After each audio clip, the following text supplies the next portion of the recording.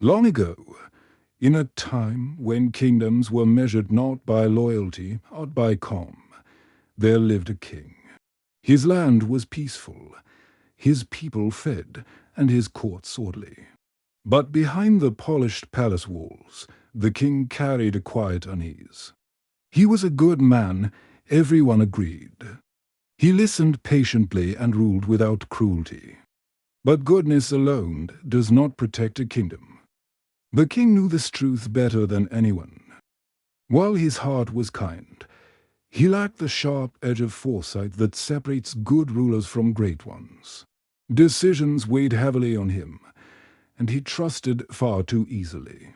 Every day, his advisers gathered round him, men in expensive robes with voices polished by years of courtly survival. They spoke confidently, endlessly, and safely. Their advice never startled him, never challenged him, never truly solved anything. They knew how to maintain their positions, not how to strengthen a kingdom. At night, the king would walk the stone corridors alone, asking himself questions he dared not speak in court. Was he leading, or simply delaying collapse? Were his advisers wise, or just loud? And most troubling of all, if danger came, would anyone see it before it was too late? One morning, burdened by these thoughts, the king announced a journey into the forest.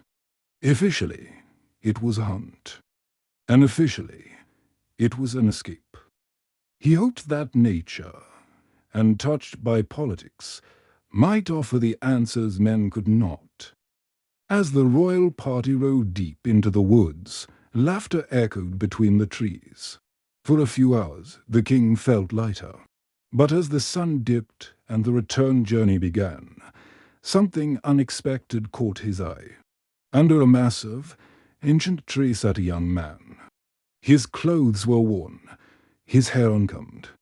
He spoke loudly to no one, laughing one moment, arguing the next. The advisers snickered. "A madman," they whispered. But the king stopped his horse. There was something unsettling about the man. Not his behavior, but his confidence. He didn't flinch. He didn't bow. He didn't even seem surprised by the royal party. The king dismounted and approached. "Tell me," he said calmly, "why do you speak to yourself?" The man looked up slowly. His eyes were clear, sharp, far too focused for someone truly insane. "Because no one else listens," he replied. The king paused, then asked gently, "Are you mad?" The man smiled. "Mad, perhaps. But if madness is seeing what others refuse to see, then yes." He then added, "Without fear, you are mad too. And so is your entire kingdom." Gasps followed. Hands moved toward swords. Such words usually meant death. Yet the king felt no anger, only curiosity. "What do you want?" the king asked. The man leaned back against the tree. "This forest. Cut it down. Build palaces. Let me rule them." Silence swallowed the clearing. Only a fool would speak this way, or someone who understood power better than anyone present. The advisers were alarmed. This man was dangerous, not because he was mad, but because he was unpredictable. If the king favored him, their own influence would crumble. Quietly, they whispered among themselves. Some wanted him executed immediately. Others suggested a safer path: bring him to the palace. Observe him. If he proved useful, control him. If not, discard him. The king agreed. As they rode back toward the palace, the man suddenly pulled his horse aside and tried to flee. Guards pursued him and dragged him back. The king watched silently. What no one knew was that the road they avoided that day was filled with enemy soldiers, hidden and armed, waiting in ambush. When the king returned safely to the city, it erupted in celebration. The people believed their king had cleverly changed routes. Only the king understood the truth. That strange man had just saved his life. From that day forward, he was kept close. The king placed a chair beside his throne and ordered the man to remain at court. The advisers protested, warning of danger. But the king refused to listen. "This man sees what you cannot," he said. "And that makes him more valuable than all of you." Jealousy took root instantly. The advisers plotted carefully. If force wouldn't remove him, deception would. They approached him with false concern, pretending friendship. They warned him of severe punishments for mistakes. The word punishment frightened him deeply, and that fear became their weapon. "There's a tradition," one adviser said, lowering his voice. "To awaken the court, someone must shock the king." "How?" the man asked nervously. "A slap." The man nodded quickly, wanting no trouble. The next day, before the entire court, he stepped forward and struck the king's neck. The crown flew off and hit the ground.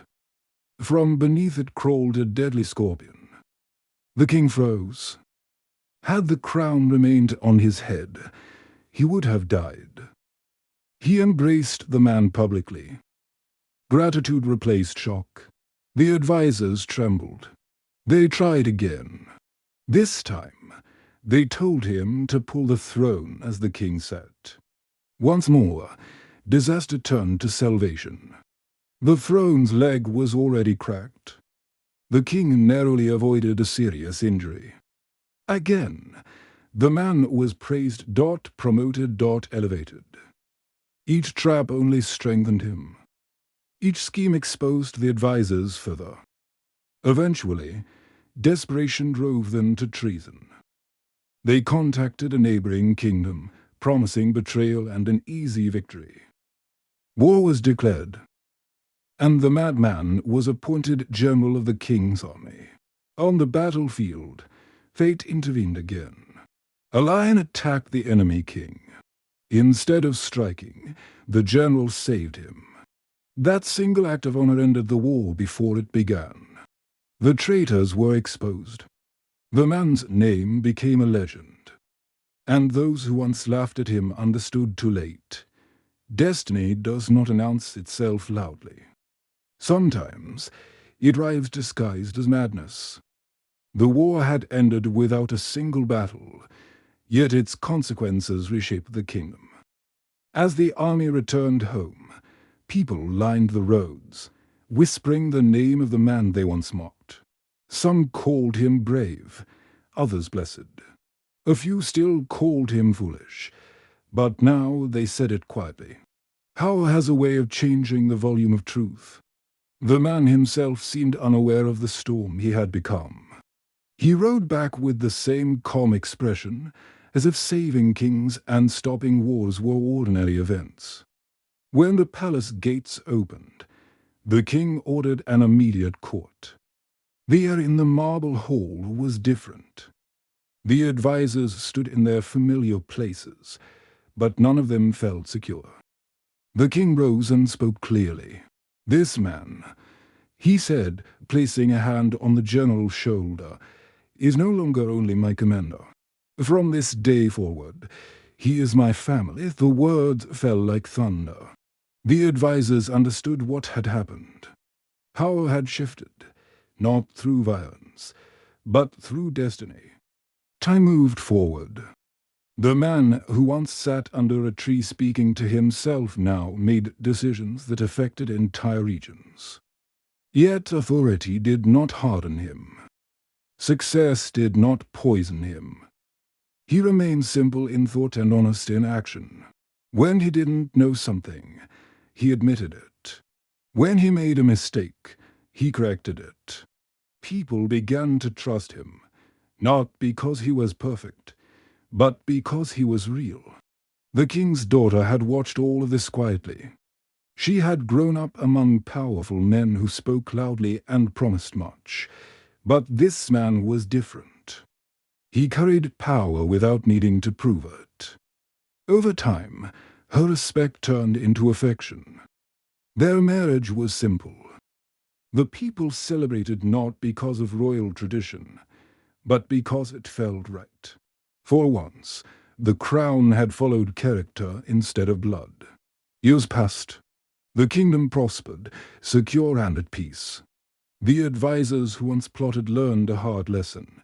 Survival comes not from manipulation, but from alignment with truth. Eventually, he'd caught up with the man. He fell quietly, without drama. On his final day, the king sat beside him. The once feared general looked weak, but peaceful. "I never planned any of this," the man said softly. "I never chased power. Everything that came to me came on its own." The king held his hand and replied, "That is why destiny trusted you with it." When he passed, the entire kingdom mourned, not out of obligation, but out of respect. Years later, people still told his story, not as a legend of brilliance, but as a reminder that wisdom doesn't always look intelligent, and destiny often hides behind simplicity. If this story made you pause for a moment, perhaps it did its job. Sometimes, the people the world calls foolish are simply walking a path destiny already chose for them.